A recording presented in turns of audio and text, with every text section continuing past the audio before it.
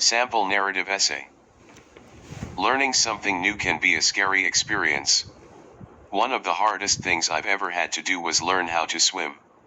I was always afraid of the water, but I decided that swimming was an important skill that I should learn.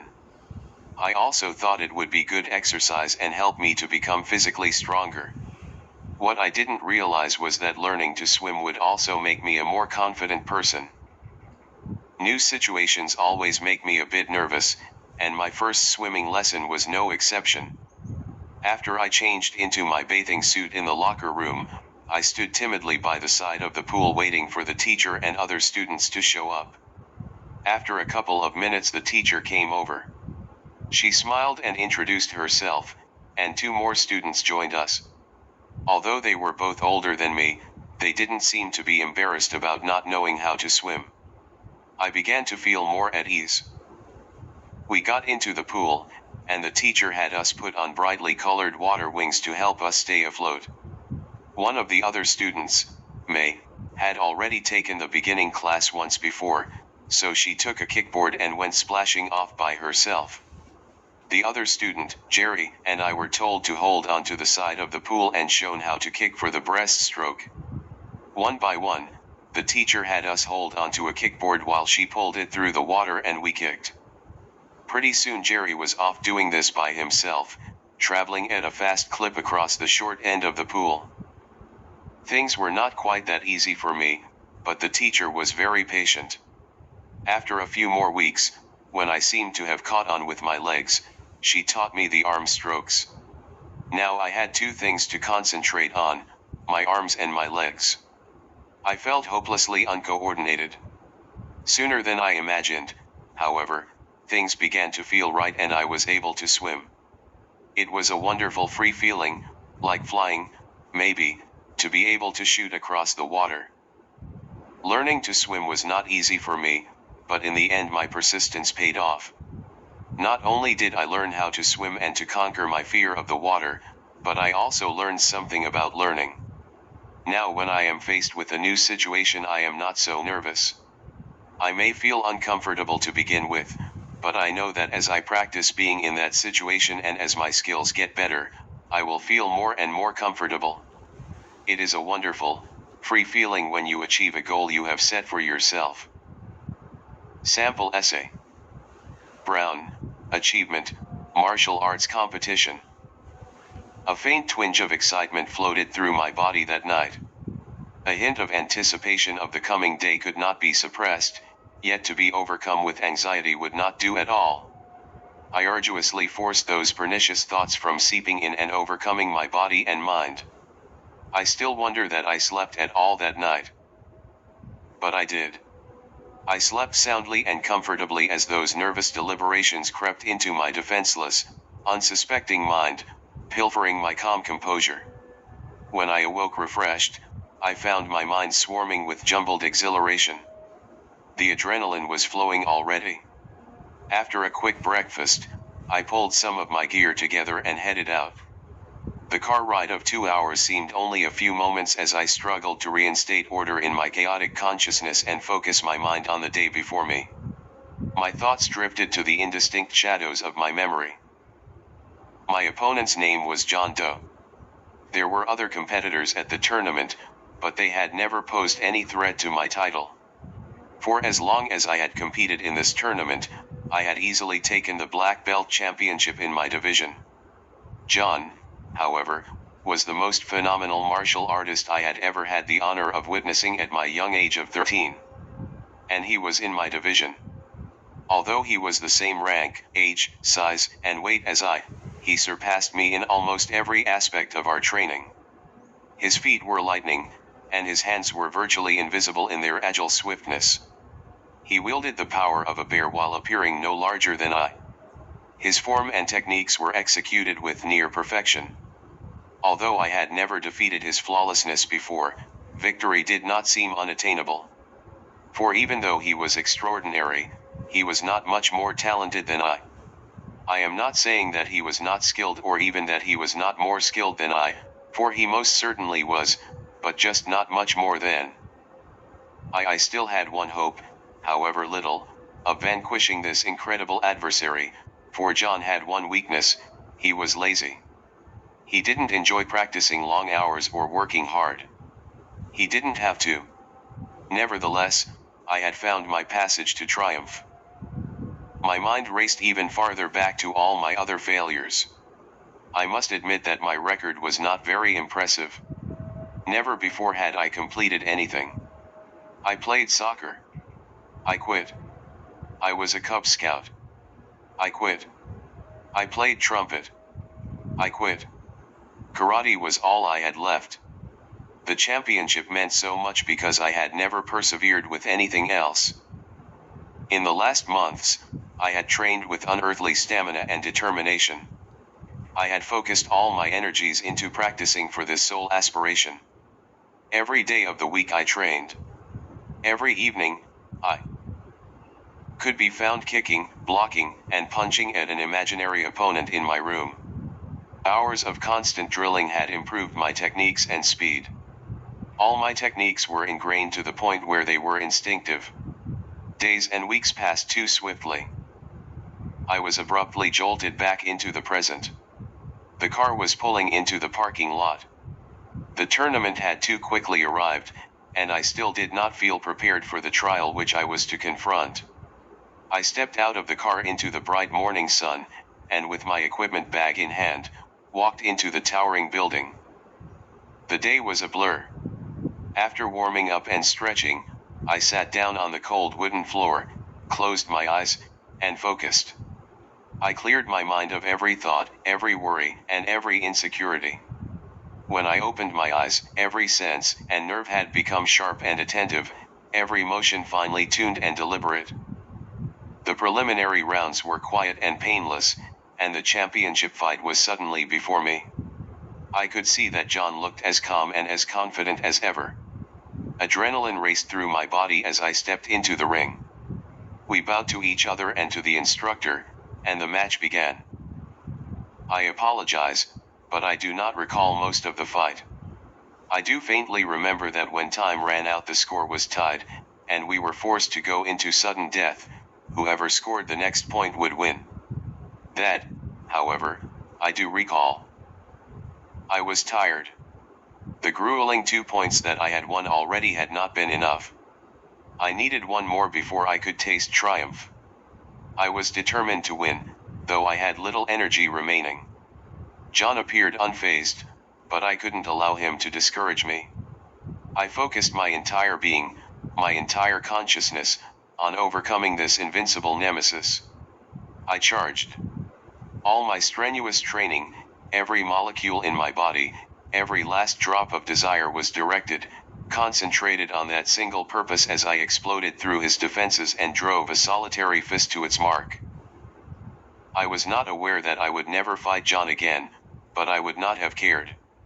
Never before had I held this prize in my hands, but through pure, salty sweat and vicious determination, the achievement that I had desired so dearly and which meant so much to me was mine at last.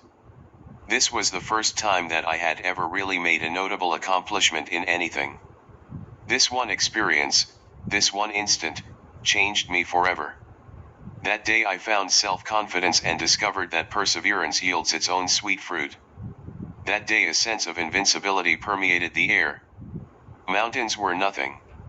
The sun wasn't so bright and brilliant anymore. For a moment, I was the best. Harvard, hobbies and interests, violin. Struck with sudden panic, I hastily flipped through the many papers in my travel folder until I spotted the ticket.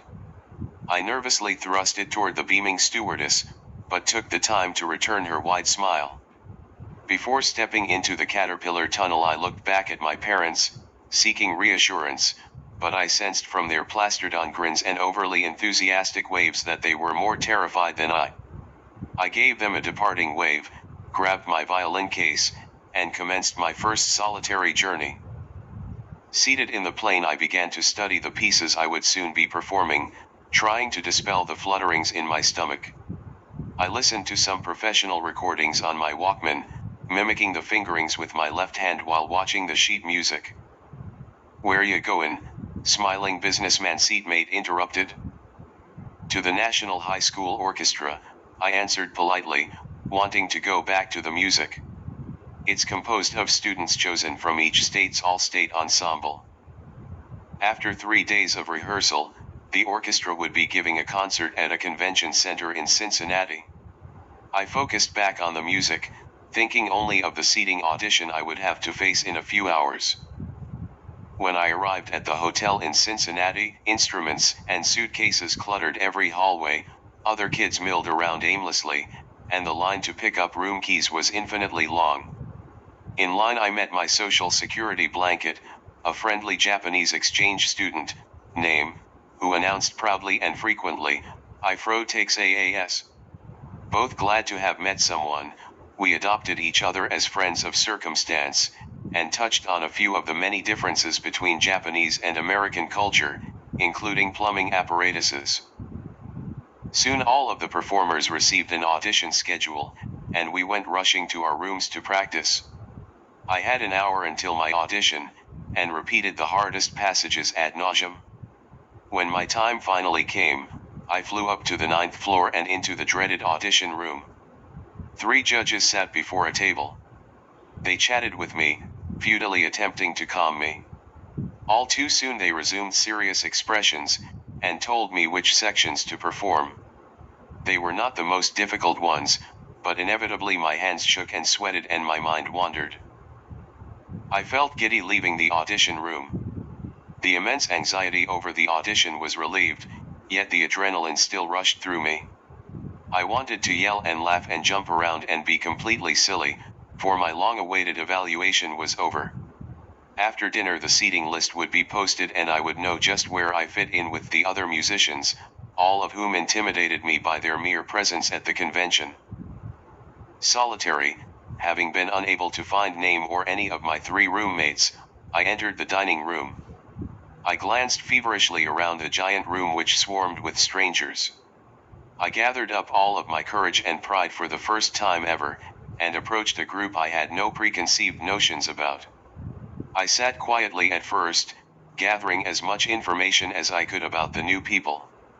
Were they friend material? After careful observation of their socialization, I hypothesized that these complete strangers were very bright and easy to talk to, and shared my buoyant, but sometimes timid, sense of humor. I began to feel at home as we joked about S.A.Ts, driver's licenses, and other teenage concerns. I realized then how easy it is to get along with people I meet by coincidence. I became eager to test my newfound revelation. The flutterings returned to my stomach when I approached the seating lists which everyone strained to see. I knew it, I got last chair, I heard someone announce. My flutterings intensified. I located the violin list and scanned for my name from the bottom up. My tender ego wouldn't let me start at the top and get increasingly disappointed as I read farther and farther down. There I am, 7th seed. Pretty good out of 20, I thought. Every day at the convention seemed long, only because we did so many wonderful things. We rehearsed for at least 7 hours each day, made numerous outings, and spent time meeting new friends. On the 2nd day, during a luncheon boat ride on the Ohio River, Name and I sat together, both dreaming of Japan.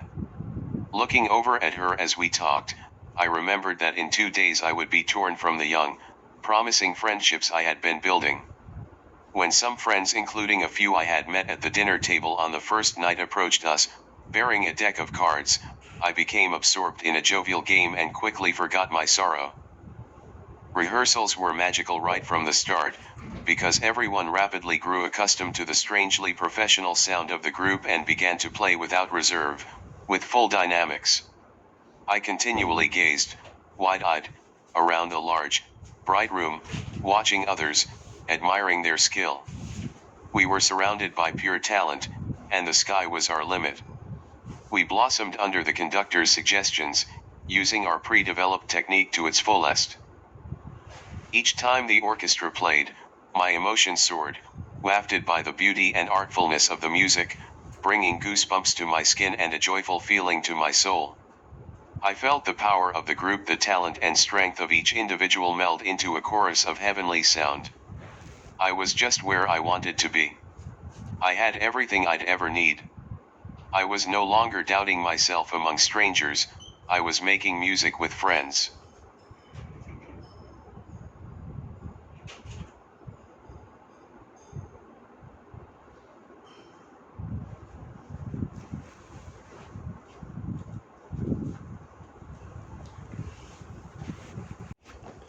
Life goes on.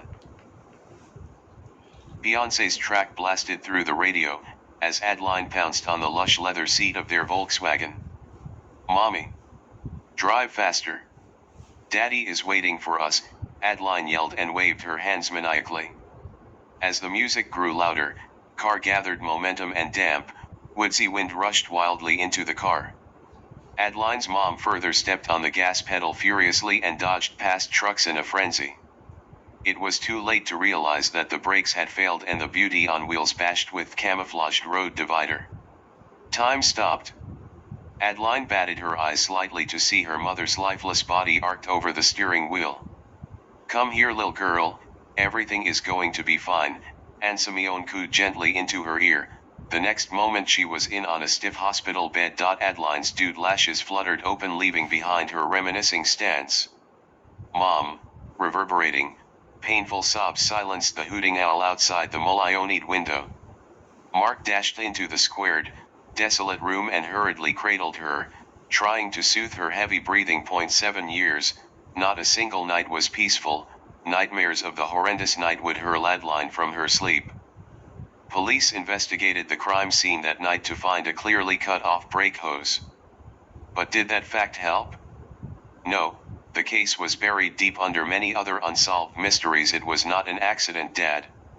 I have these nightmares every night, they are trying to tell me something, shh, calm down, sweetie.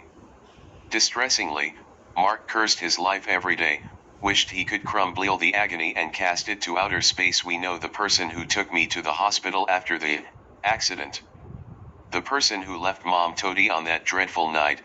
Tears streamed down her plump cheeks. Daggers of torment stabbed Mark's heart at the sight. For bringing some solace to Adeline's tender heart, Mark decided to visit Easterville, the place where the souls of their family last giggled with glee and elation, where there was no misery.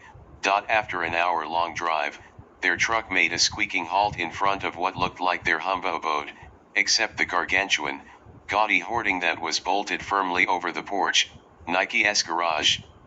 A protruding belly rested on a roller blade under a classic Chevrolet Camaro. Father and daughter's incredulous expressions were expected, whereas, seeing their house transformed into a garage by Nike was downright unexpected. Swiftly, Nike wiped his greased hands and landed his glance on them, a glint of surprise evident in his piercing, charcoal eyes. A slight wave and then he lumbered towards them. "Long time no see, Mark." A formal hug was followed by an eerie silence stretching like a bowstring. How did Nike take over the house without letting them know? Is he hiding something? Adeline's mind was in a helter-skelter. This was your mom's parental house. Most probably, the court made Nike, her stepbrother, their rightful owner.